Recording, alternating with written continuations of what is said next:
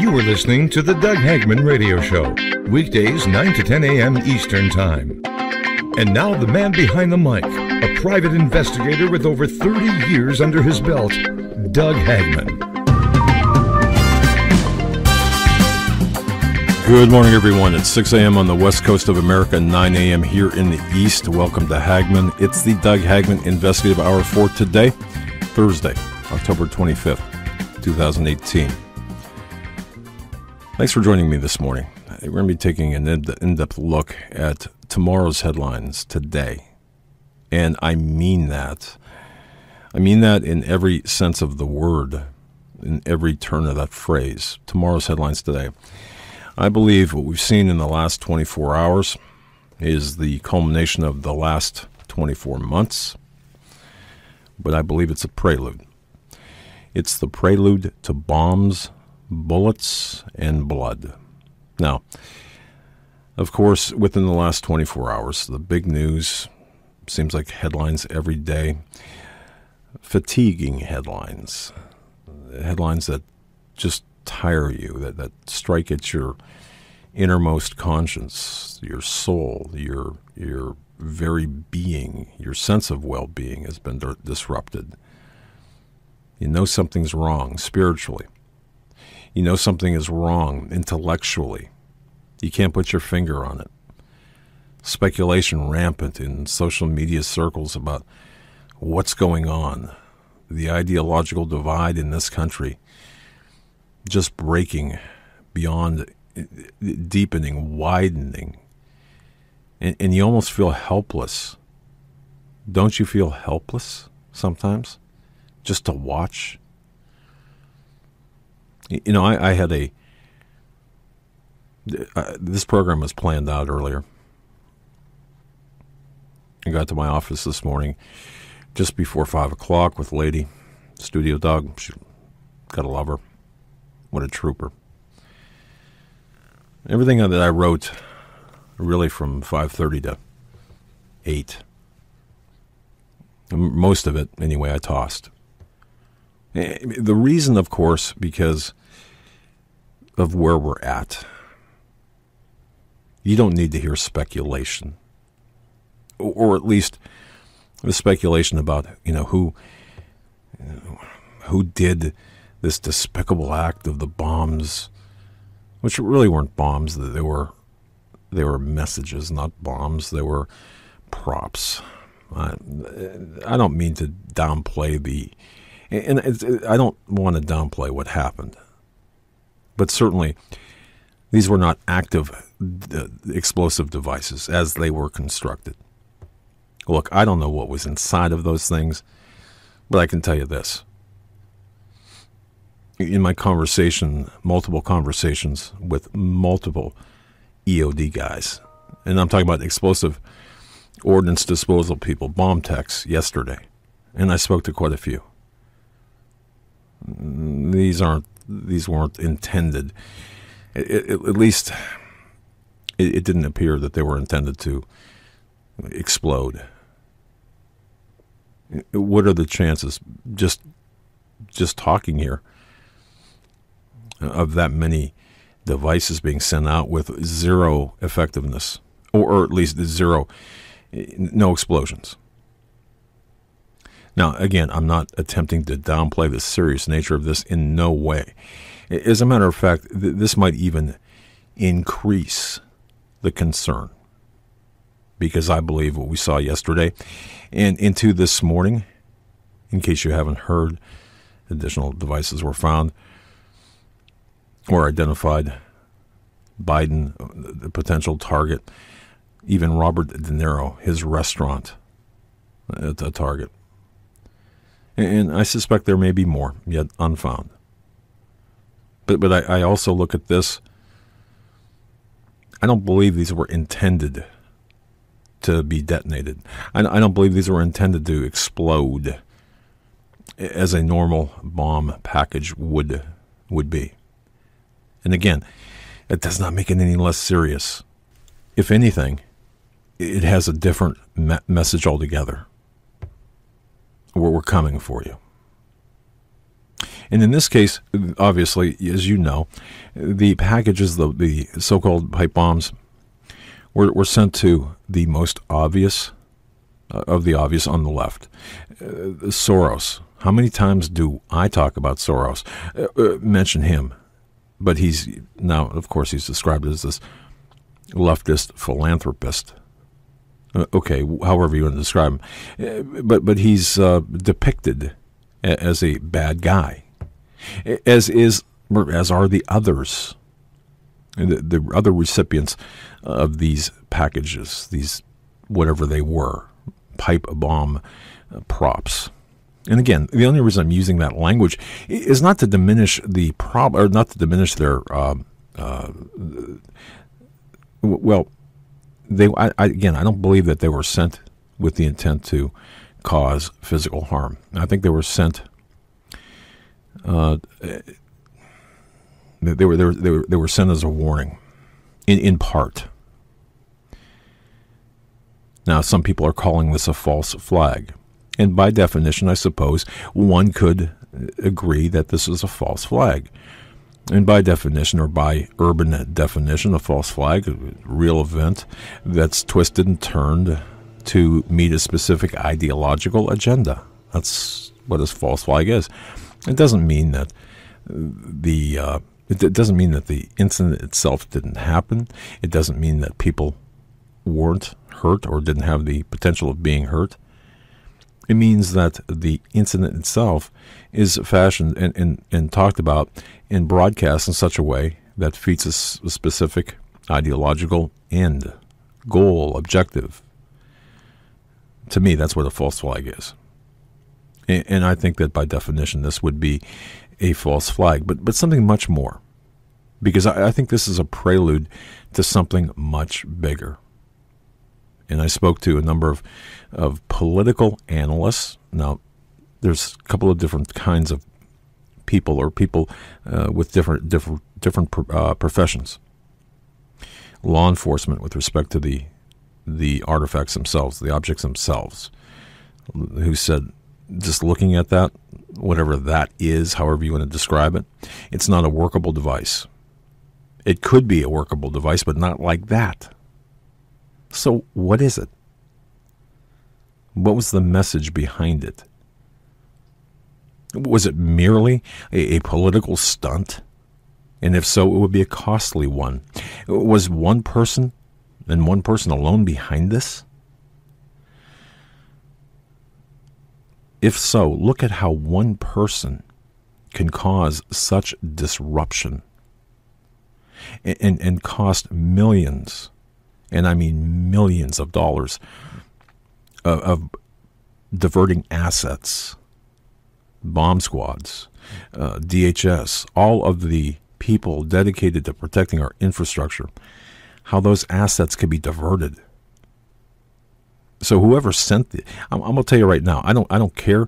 Whoever sent these packages should be tried in a court of law, and the punishment should be harsh, in my opinion. I don't care if it's a Donald Trump supporter. I don't care if it's a leftist supporter. I don't care, because you just don't do that.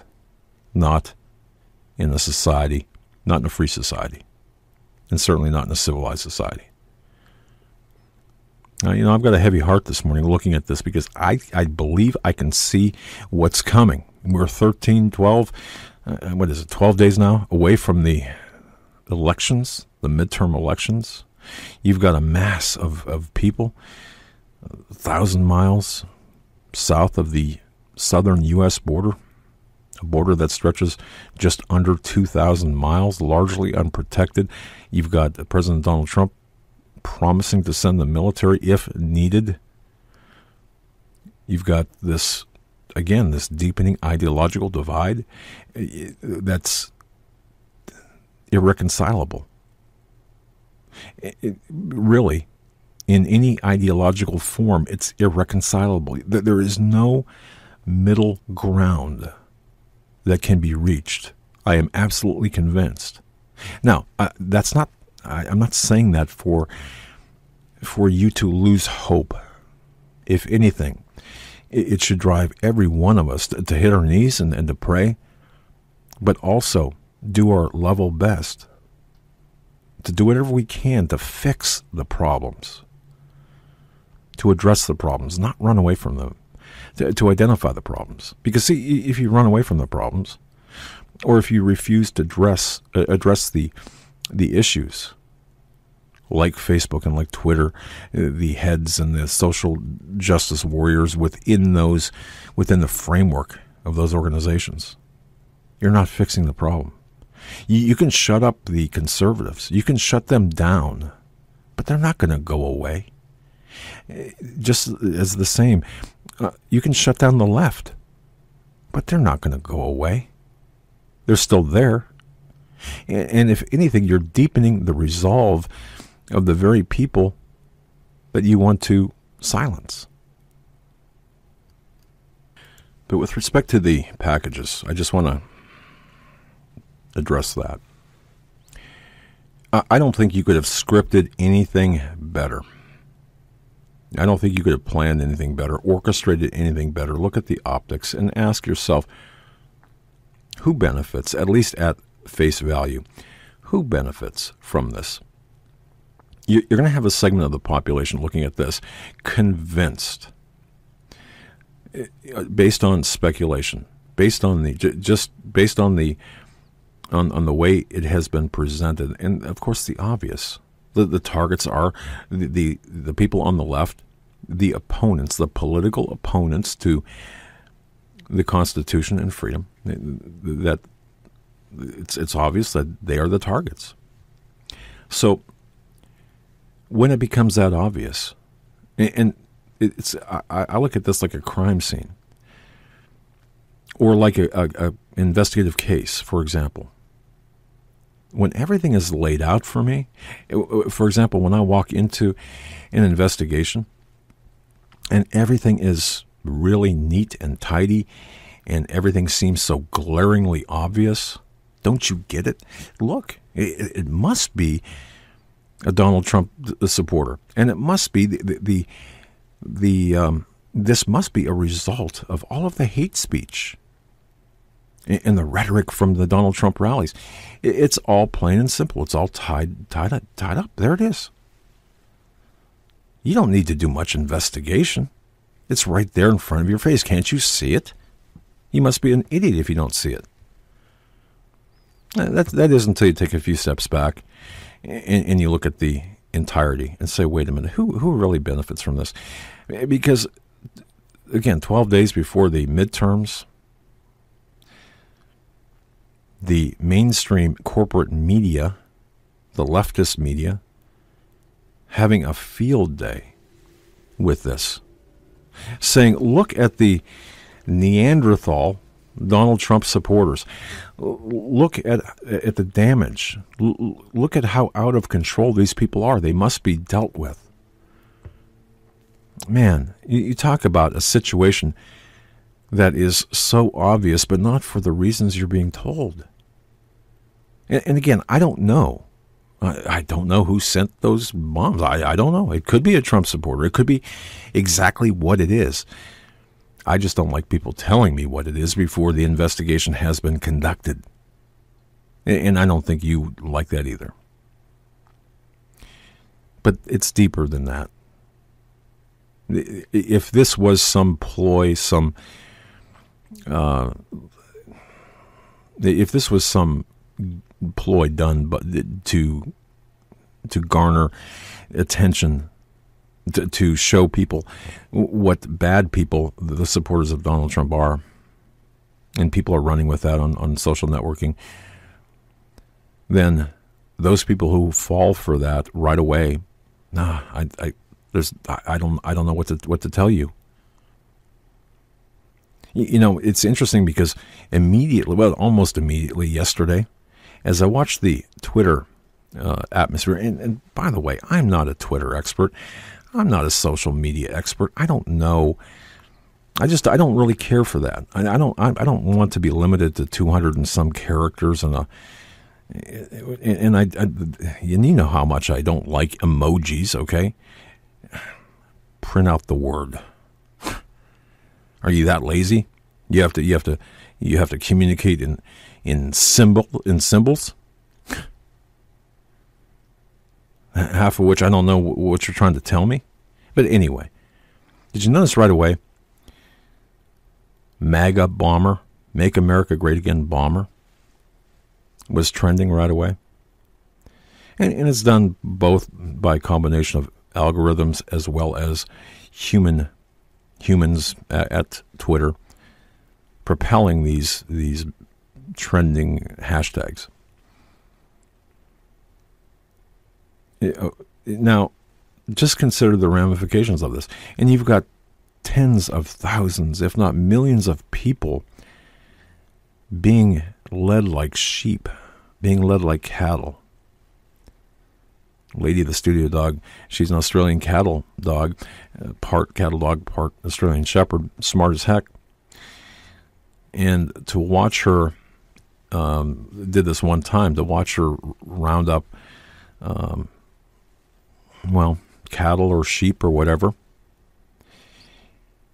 you can see, you can almost see it playing out right now before your very eyes. You can see you can see people almost like lemmings, or being rounded up, maybe is a better analogy, to go in a certain direction, to believe a certain thing. And that's what we're seeing today. Meanwhile, the divide is getting worse and worse and worse every day. And I have to go back to that statement. I don't know who to attribute it to. I first heard it from Steve Quayle. I heard it from Pastor Langford. There are no political solutions to spiritual problems, and we have a major spiritual problem in this country today, and in fact all across the world. We can start by using the political process, the legal process, to right the wrongs, to correct the missteps. But it's not going to solve everything, because, as it has been said, our government, the Constitution, the United States was set up, the government of the United States was set up for a moral and spiritual people. Now, I'm paraphrasing, of course, but you get the idea. It's not going to work with any other component. Yet we've got the left who are actively attempting to just flood the country with individuals, with people who have no desire to assimilate, who have no desire to adhere to the unification, out of one, or out of many one, to unify together, to be together. It's the balkanization of America, and it's not going to work. It's a recipe for destruction. But yet people are not looking at the bigger picture here, and for their own reasons and for their own satisfaction, and to make themselves maybe feel important, look important, they'll get on Twitter and they'll push a certain agenda. They'll even personalize it, we'll say, with something that they've experienced or they're going through. But the bottom line is that gap is widening, that ideological divide is widening. And incidents like we saw yesterday evolving into today, where our opponents or the recipients of this, I'll just say pipe bombs. I mean that's what people are calling them. It's only making matters worse. And again, the obvious right now is pointing fingers at Donald Trump supporters and supporters of Donald Trump. Is that the way it actually is happening or happened? We don't know yet. But it certainly is making it, the media is making it look that way. That you've got, much like that pizza Comet ping pong incident. You talk about, for example, you talk about pedogate in the larger sense. And suddenly, when you start speaking about that, as I saw personally in the Rolling Stone magazine piece done on me, in part, I'm to blame for some guy going into a pizza shop, or I share the blame, I should say, for some guy going into a pizza shop and firing off a shot in this pizza shop and calling it ping pong, because I'm talking about or attempting to expose the issue of Pedagate. And this is kind of largely the same thing, different subject, different venue, but on a larger scale, in a much more drastic scale. So we are all being played. I guess that's the bottom line. We are all being played today. And I don't like being played. And I know you don't either. I could go on, but I just want to just leave it there, because that to me is my opening monologue for today. It's from the heart. It's from, I am very concerned about where this country is headed. I'm very concerned about where we're at, but more concerned with where we are headed. I believe what we saw and what we were seeing today, this evolution of incidents, packages containing potential bombs being sent to our opponents. That's not the way you handle things, obviously. And again, I just don't like to be played, and I think we're all being played by this. But I think, more importantly, that this is a prelude for something else that's coming, something much bigger, something more deadlier. Bombs, bullets, and blood.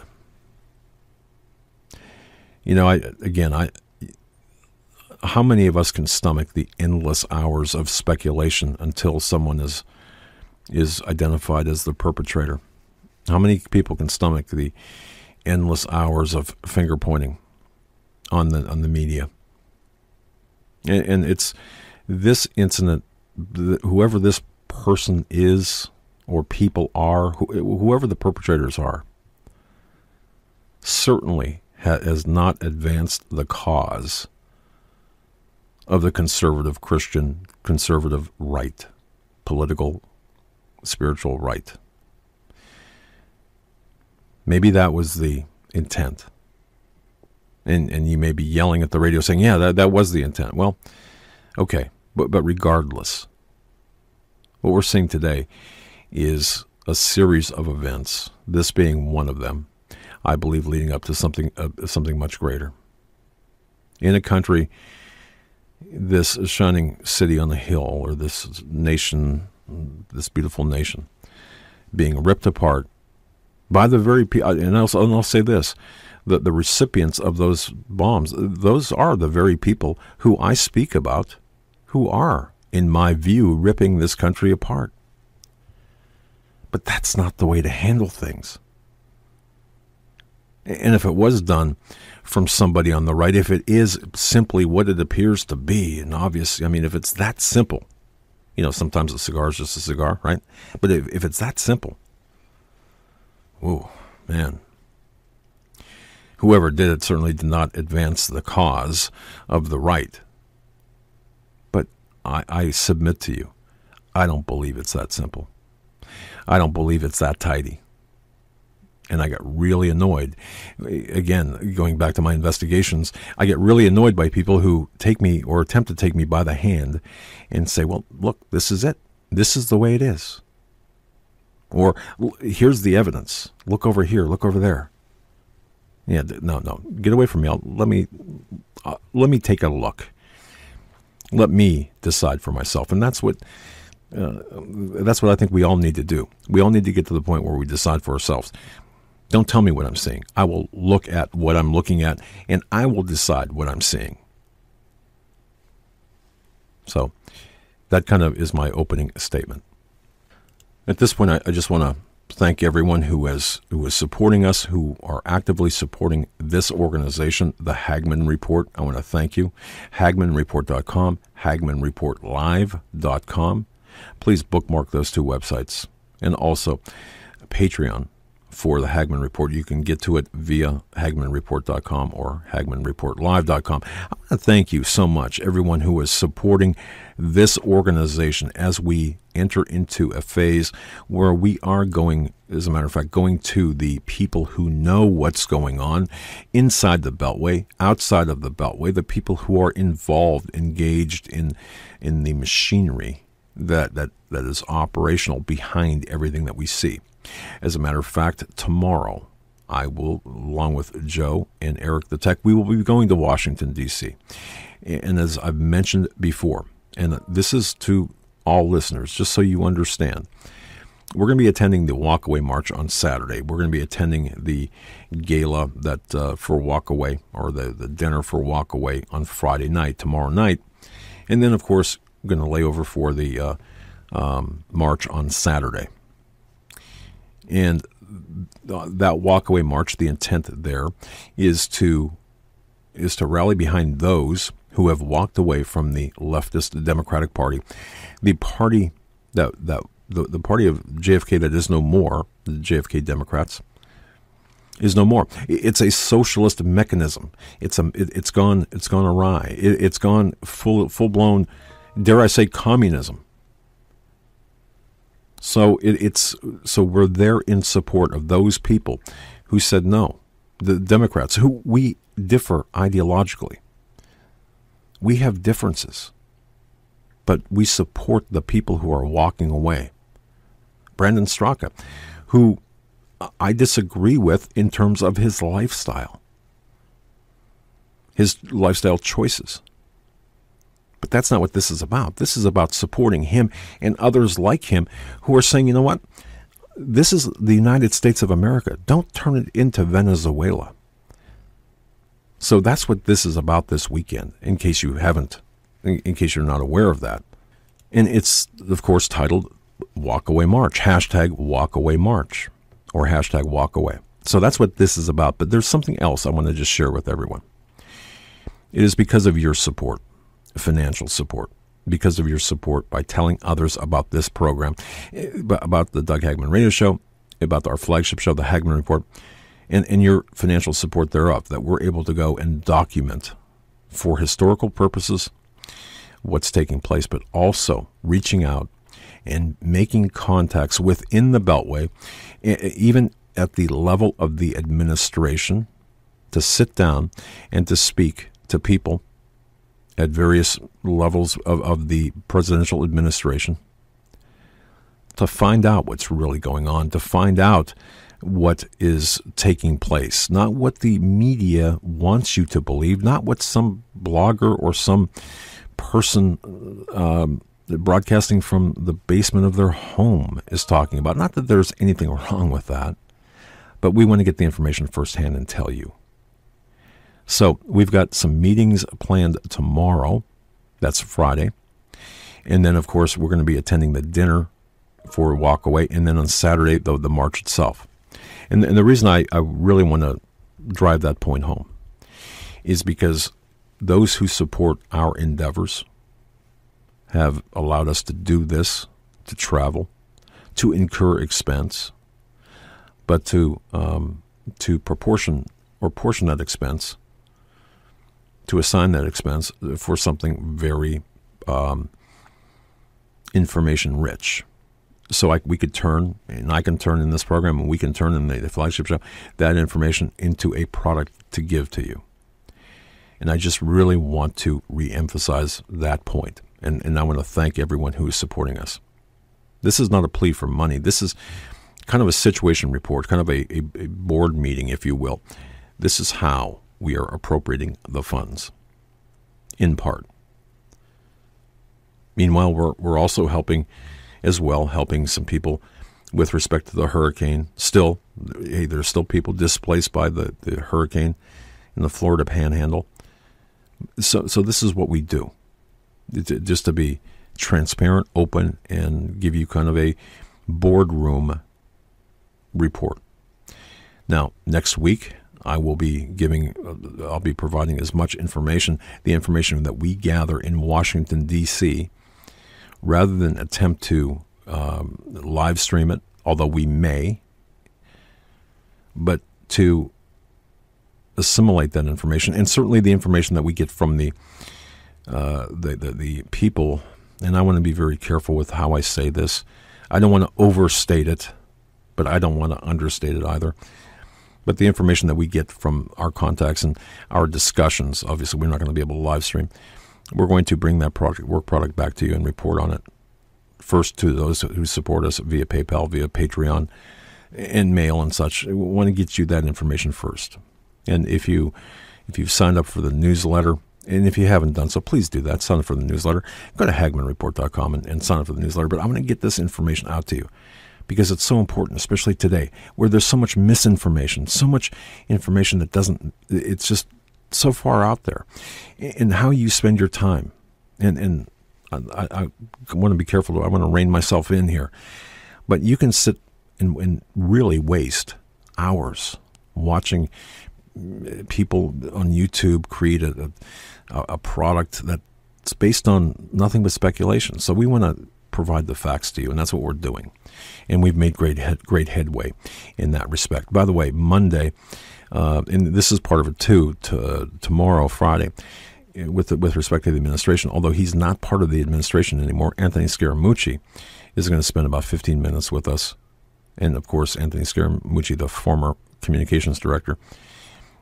And hopefully, with respect to the the White House press pool, hopefully I'll have a chance tomorrow, along with Joe and Eric the Tech, to speak with some people there within the press pool, including perhaps Sarah Huckabee Sanders. Now, I say that there's nothing solid yet, but that's what we're attempting to do. Just so, again, this is a boardroom report.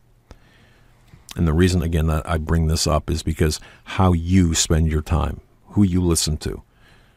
If you want to invest an hour for this program or 3 hours for our flagship program, just to let you know where we are coming from and how we are attempting to give you the best product available out there. So thank you for all of you who support us.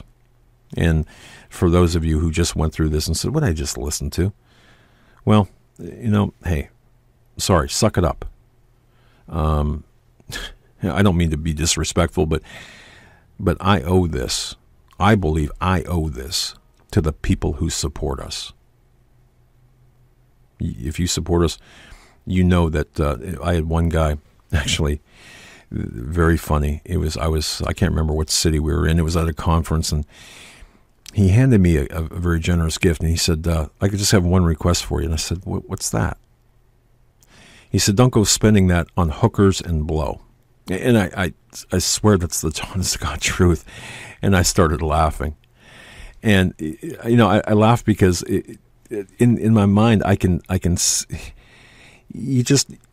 there's a level of trust when you support an organization. There's a level of trust that must be there. You must trust the people. And I just wonder how many out there do that, squander someone's trust or squander a lot of people's trust. Anyway, that came to mind, and I thought, wow, what an incredible statement.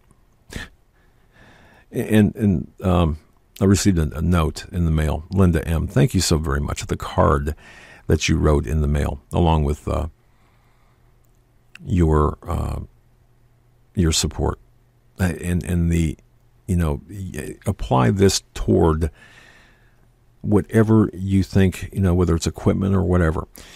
And again, the reason I bring this up is because as we see the internet grow and as we see the times just evolve, there's always that question, at least with me, in the back of my mind, am I supporting the right cause? But as the receiver of that support, what's first and foremost in my mind is, if I were the person giving that money, would I approve of how I'm spending it? This is all from the heart. This is not scripted. Because today, we're seeing so much deception, so many people who are attempting to deceive others, either wittingly or unwittingly. You've got some well-intentioned people sitting behind a microphone and working on speculation based on events, and I get that. But we want to take it a step further, and we want to authenticate the information, the product that we provide. So, now that I seemingly wasted your time, and I know I'm going to get emails on this saying, oh, you're wasting your time on this. By the way, do me a favor and feel free to comment on this or any other program on Hagmann Report Live, there's a comment section right below the video the audio for the Doug Hagmann Radio Show or Joe's show or the main show. Go ahead and comment. Put your comments there. I will be checking that. I do like to check comments as much as I like to check email. Now I can't respond to everybody just because of the sheer volume. Although on the comment section on Hagmann Report Live, it's not that busy. But other emails that I get, it's just hundreds a day. All right. So, and reading that takes a lot of time. Reading those take a lot of time. So I appreciate all of the feedback. I appreciate because I do read every email. My wife and I actually do read the emails. We sit down together in the studio, in the office, which is connected to the studio, and we do go through the emails. And I know Joe does as well, and Eric the Tech does as well. So please do that, and I thank you for your input and your feedback, and even constructive criticism. Constructive criticism. And you don't have to be mean about it. Look, I know my faults. And man, there are many. If you feel like you want to point them out, fine. I get that. I'm working on certain things. But anyway, I want to... This today is from the heart. Because I feel we're at a turning point in this country. Or we're beyond the turning point. But everything that you do and I do, I think that the older I get, and the more I see, and the more I study, and the more I read, and the more I pray, and the more I contemplate, the more I understand that we are really in uncharted territory in this country. The more I see how things have changed in this country, and certainly not for the better. Well, some things for the better, but on average, not for the better. And as I look at my grandson, as I look at my lady of the studio, my grandsons and my children, my adult children, I look at them. And I ask myself all the time, am I doing something? Am I engaged in any activity that will leave them a better world after I pass away, after I'm gone, after I'm nothing but a memory? What will my legacy be? And I ask you the same thing. What will your legacy be? Will it be one of just ripping others down, or will it be one of just trashing the place in which you live, trashing others and being just a jerk? Or will it be one that people will say, look, you fought the fight, and when I say that, I'm not talking about a real fight. I'm talking about the fight to reinstill the values, the American values that we have lost or seemingly lost. Are you making the world a better place? And that's kind of the litmus test. And is it in accordance with the biblical, the Holy Bible, the Christian Bible, the precepts and the concepts of the Bible? And that's kind of how I measure my activities. So I ask you that too. Are you engaged in any activity, that where you can say, hey, you know what, my legacy, I'm okay with it. I believe that I'm helping in a larger sense. And I think that most people who listen to this show, I think that they're doing the right thing, and you're doing the right thing. But anyway, again, I don't want to ramble or seemingly ramble, and I know I'm going to get emails about this show, negative emails. But this, when I look at the screaming headlines, the fire hose of headlines, and look at the changing atmosphere of this country, we better start understanding the severity of the events. Now, I started talking about the devices that were sent in the mail. And if you listen to that just on a superficial level, you may think that, well, you're downplaying the severity of the devices. Well, yeah, in terms of effectiveness, I don't think they were meant to detonate. I'm talking about the package bombs or whatever you want to call them. I don't think they were meant to do so. If they were, then whoever constructed them is a real moron. But that aside, I think that's a prelude. I think what we're seeing is a prelude to something much bigger, much more nefarious. What that event is, I don't know. It could be a number of different things. It could involve that migrant mob. It could involve blood on the streets, violence, assassinations. For example, Sarah Huckabee Sanders, she was on Fox News early this morning, and she reminded us again, she's the only White House press secretary, speaking of Sarah Sanders, by the way, who is afforded Secret Service protection. And it's not because she was chased out of a restaurant in Virginia, no, or Maryland, or wherever that was. No, it's because of the credible threats. And by the way, every threat should be deemed credible. But the threats that she has received in that capacity.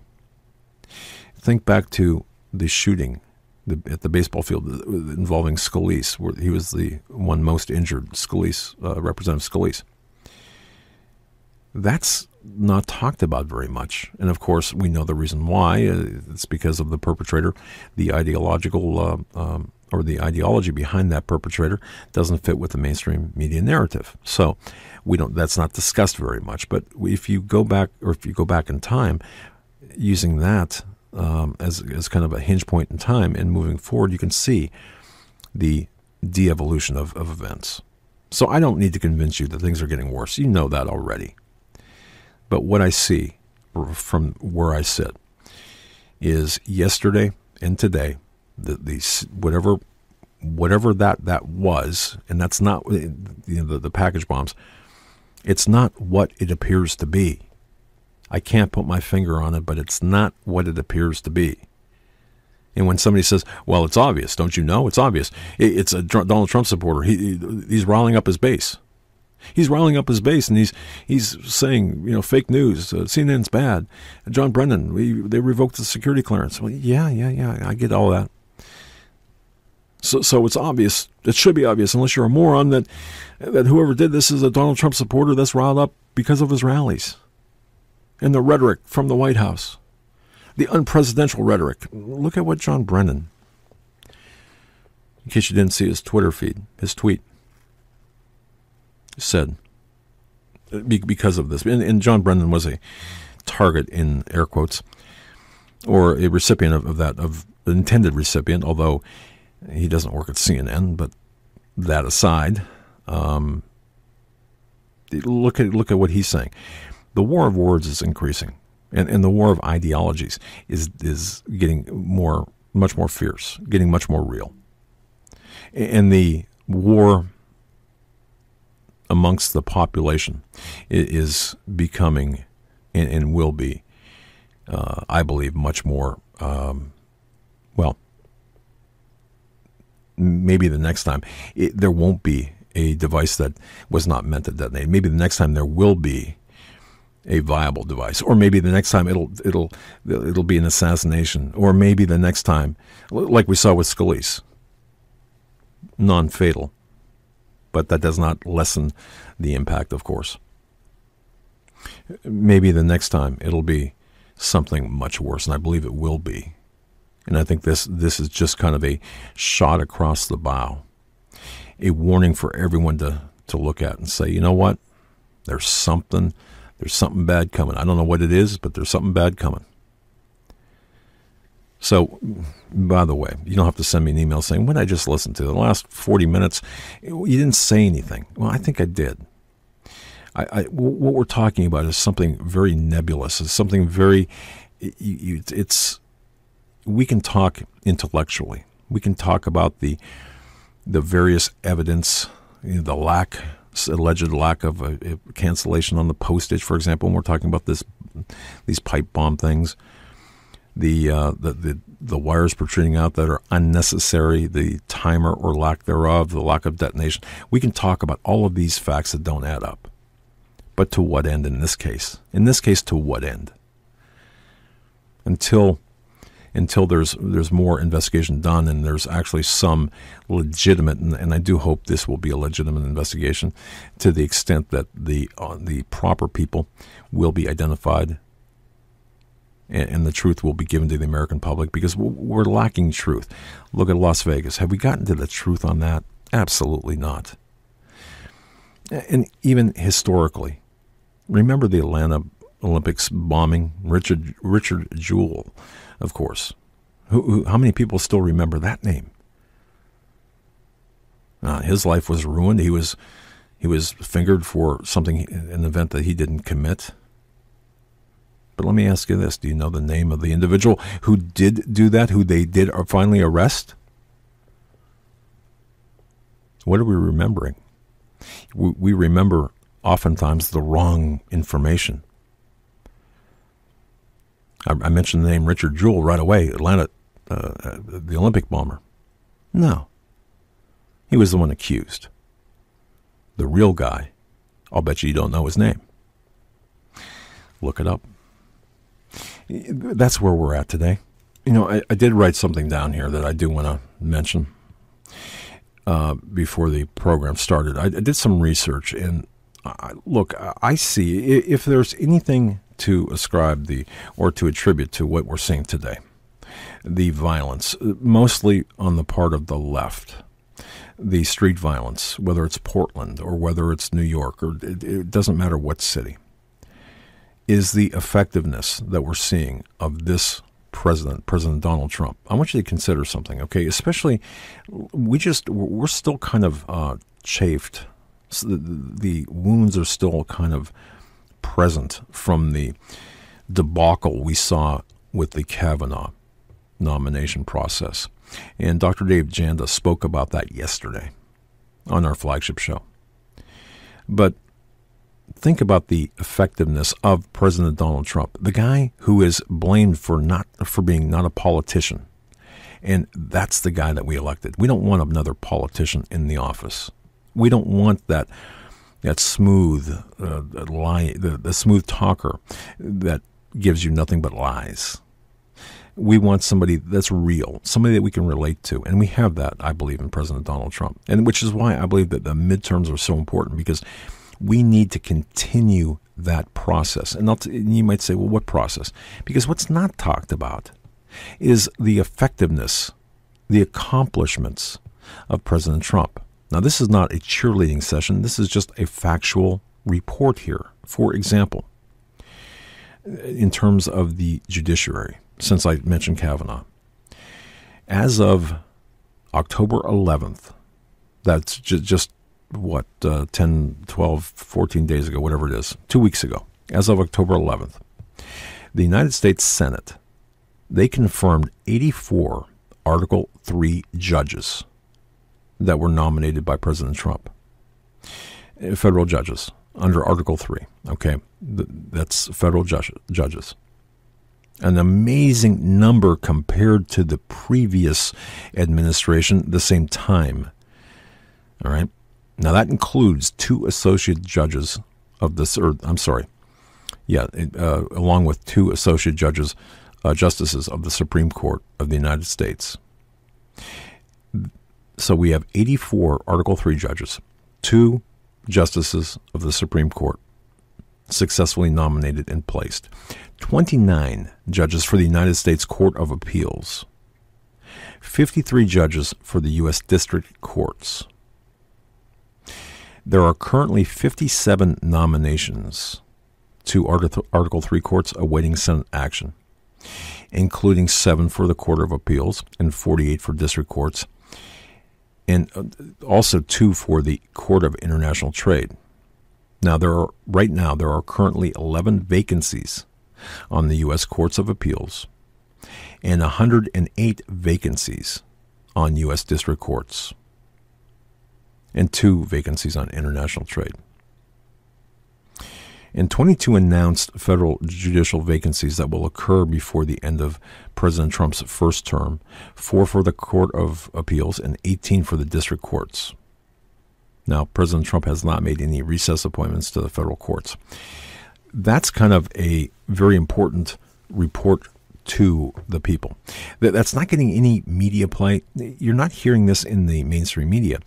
But what this is doing, and this is important because, again, I refer to last night's program, the Hagmann Report, when Dr. Dave Janda was talking about the entirety of the issue of justice in America, the two-tiered justice system, and how the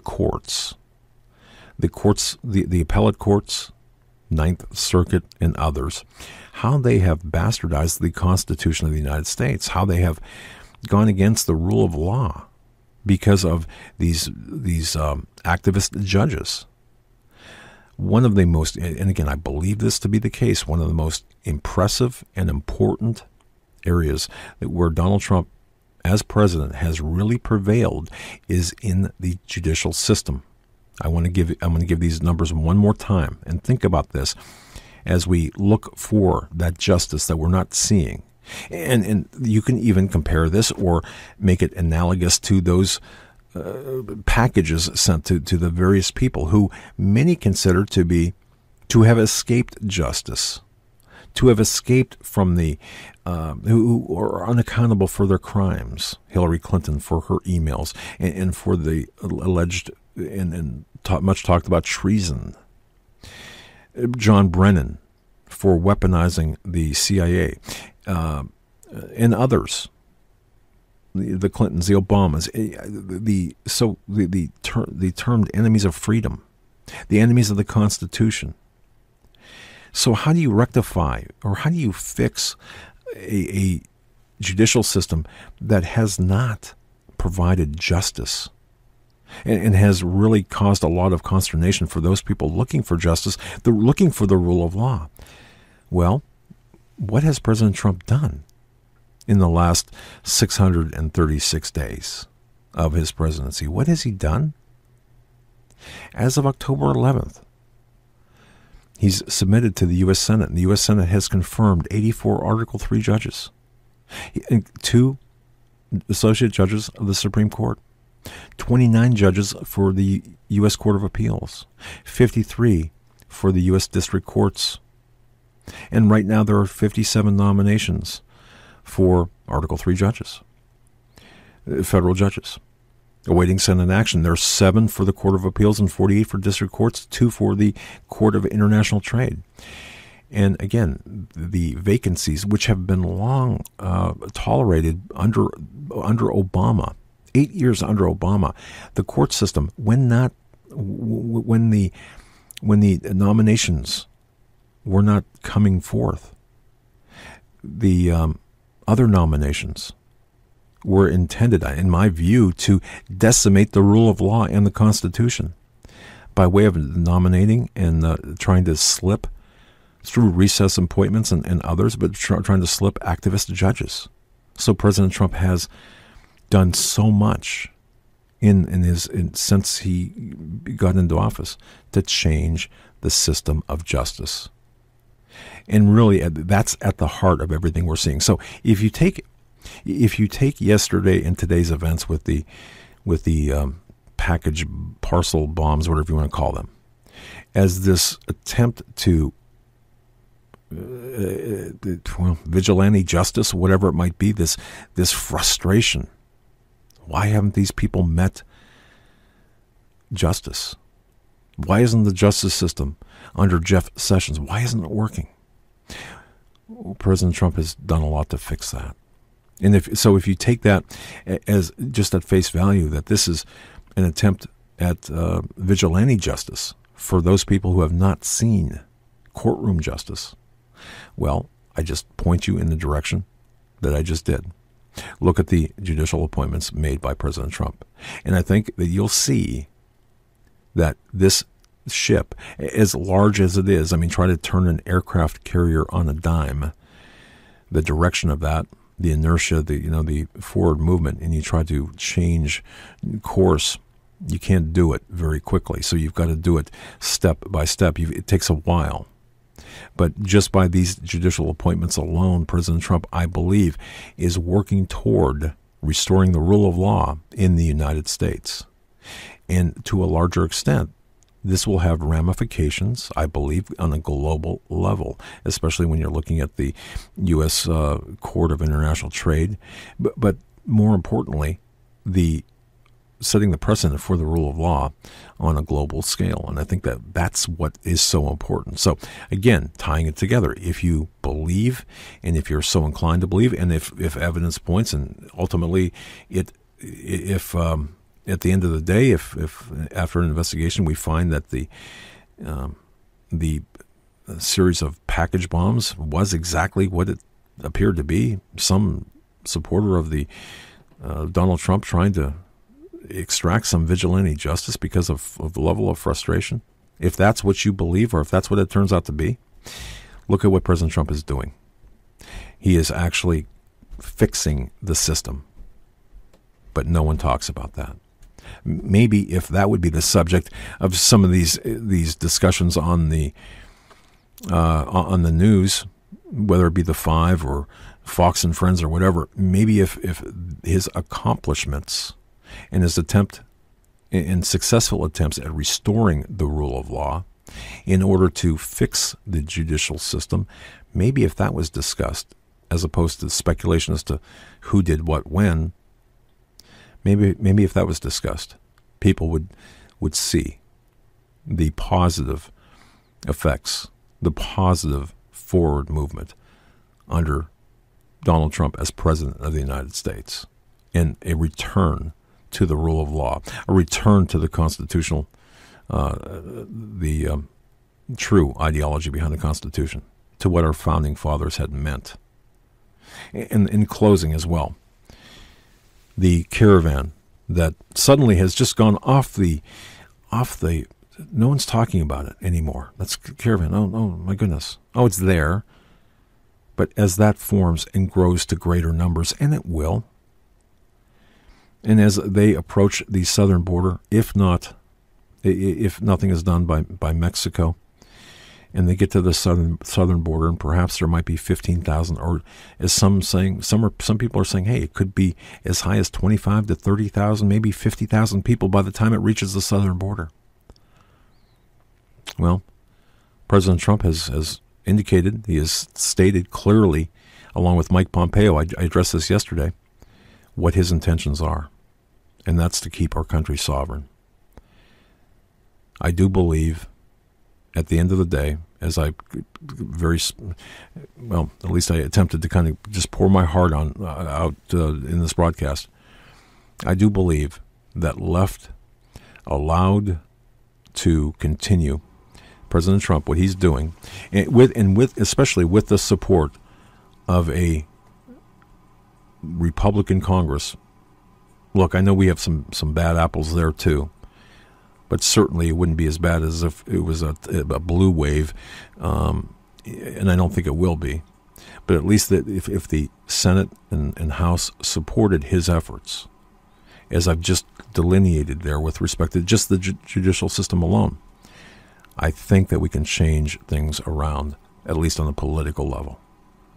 Yeah, not so much on the spiritual level, not so much on not so much there, not so much to rectify the increasing ideological divide. I think that's kind of, that ship has sailed. I think the divide has, the fans or the flames of the ideological divide were fanned too much under the 8 years of Obama. And just think, by the way, of Clinton, where we would be with that.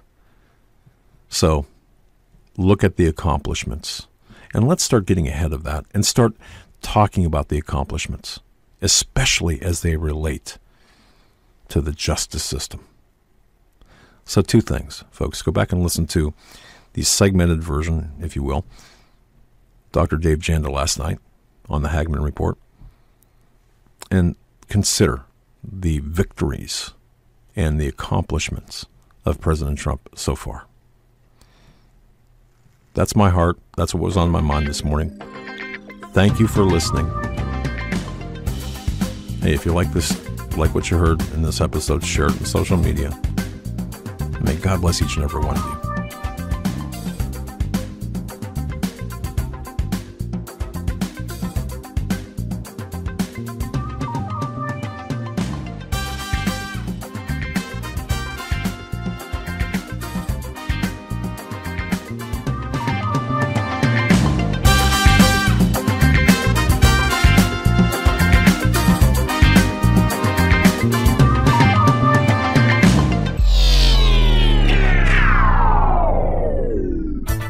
The Doug Hagmann Radio Show is brought to you by the Hagmann Report. Tune in to the Hagmann Report weekdays, 7 to 10 p.m. Eastern Time. For more information, go to HagmannReport.com. That's HagmannReport.com.